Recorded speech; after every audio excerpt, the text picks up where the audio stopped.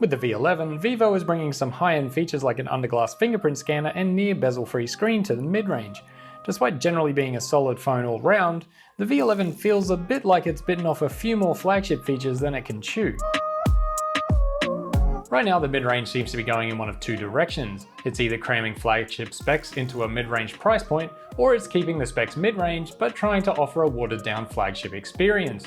While the Poco Phone F1 is a good example of the former with beefy specs and no frills, the Vivo V11 is a good example of the latter, putting flagship features in a mid-range phone. And in a lot of ways it succeeds. It has a great display, excellent battery life, solid performance, good looks, high-end tech like an in-display fingerprint scanner and tiny water drop notch around a near bezel-free screen.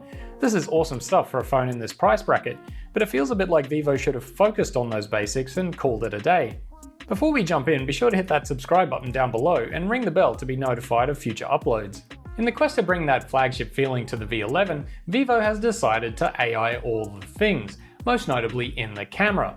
Now I have to admit that a few updates were pushed out while I was doing this review, so things may not stay this way forever, but as it stands right now, the V11 camera experience is a bit of a mess. In ideal conditions, the V11 camera is pretty good. Daylight shots and selfies in good conditions are excellent with great colour and detail. Even low light shots are okay if you're leaning the phone on something because there's no OIS or EIS here. I ended up giving up entirely on the 25 megapixel front-facing camera because while it got some great shots some of the time, it ended up grainy and soft far too often, and I found it easier just to rely on the 12 megapixel primary camera instead. While the V11 doesn't handle dynamic range all that well, it does have a great HDR mode. I ended up leaving it on auto all the time because of how well it balances shadows and highlights without going overboard. At night the V11 loses points though, as it blows out highlights, can't handle moving subjects, and generally looks grainy and undetailed. Again, given ideal circumstances you can get workable shots, but conditions need to be very specific to get them, and the V11 just isn't reliable enough for me.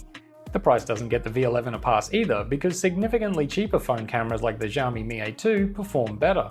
Once you get past the basics, the V11 camera experience only kinda gets worse. The AI scene detection is a bit slow and doesn't really change that much in the shot. The AI portrait framing sort of works, but all it really does is get you to center your subject. The AI face beauty options can be handy if you're into that kind of thing, but they tend to be a bit aggressive. The panorama stitching is poor, the portrait mode edge detection isn't all that great, and so on. With this many failed attempts at improving the extras on the camera, I can't help but feel that Vivo should have prioritized basic camera performance and left the rest to the flagships. If your photography needs are pretty straightforward, then the V11 will do you just fine, but if you're expecting a lot from all of the added extras, then think again.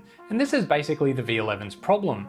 It's a very good mid-range phone, but it tries too hard to take on extras that it can't really back up.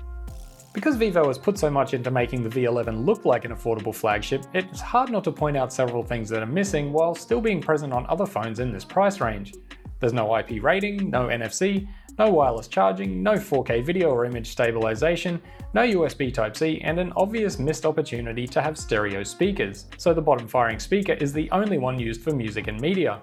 On the plus side, that single speaker is actually pretty decent, with crisp highs, loud volume, and decent sound even at full blast without sounding tinny. The presence of the 3.5mm headphone jack is a welcome bonus too, meaning you don't need a dongle or to switch to Bluetooth headphones. Bluetooth 5 is also included so you can enjoy higher bandwidth as well. The choice of micro USB is kind of hard to stomach on a phone as futuristic looking as the V11, but it does have fast charging. Its 3400 mAh battery is really efficient, and I regularly got through half of my second day before I needed to think about recharging. You might want to disable the off-screen fingerprint scanner to save on battery though. Vivo's FunTouch OS on Android 8.1 won't appeal to everyone, but on my global unit, changing the custom launcher is a simple enough task.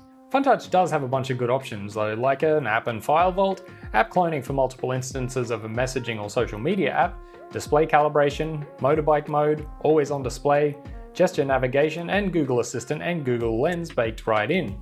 Vivo's Jovi Virtual Assistant is still on board, but it's basically relegated to handling in-game interruptions in game mode and some of the AI camera tweaks I already mentioned. The V11 feels very pocketable because of its relatively small size and light weight, and it won't break the bank either. For the equivalent of $360 to $440 depending on your market, it will definitely make an impression when you pull it out of your pocket. But the Vivo V11 has some very stiff competition from the likes of Xiaomi and the Poco phone, as well as Honor and even Oppo. To be honest, I think Vivo has missed a trick here by trying to do a little bit too much, because it's the extras that let this phone down, even as the essentials are almost universally well done. It looks great and generally performs great, and that would have been enough for me. So it all boils down to what you expect from a mid-range phone these days. If all you want is the best possible specs you can get, you better look elsewhere. If you want an affordable phone that brings flagship features to a mid-range price point, well, I think there's other phones that have succeeded better on that front too. But if you want a mix of good specs and performance with a real flagship look, well, the V11 might just be for you. Only you know which compromises you're willing to put up with, but the best part is, if the V11 isn't quite your cup of tea, there are plenty of other great options out there that might be. As always, thanks for watching. Keep it locked to AndroidAuthority.com because we are your source for all things Android.